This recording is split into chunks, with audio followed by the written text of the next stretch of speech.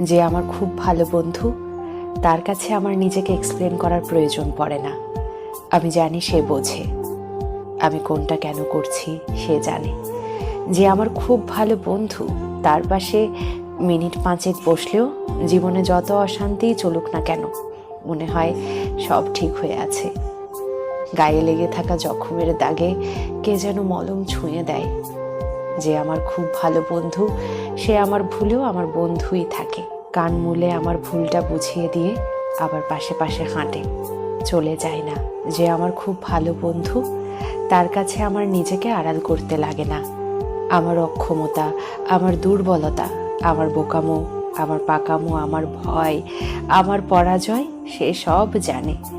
আমি যেমন ঠিক তেমনভাবে সে আমাকে চেনে এবং জাজ করে না, মেনে নেয়।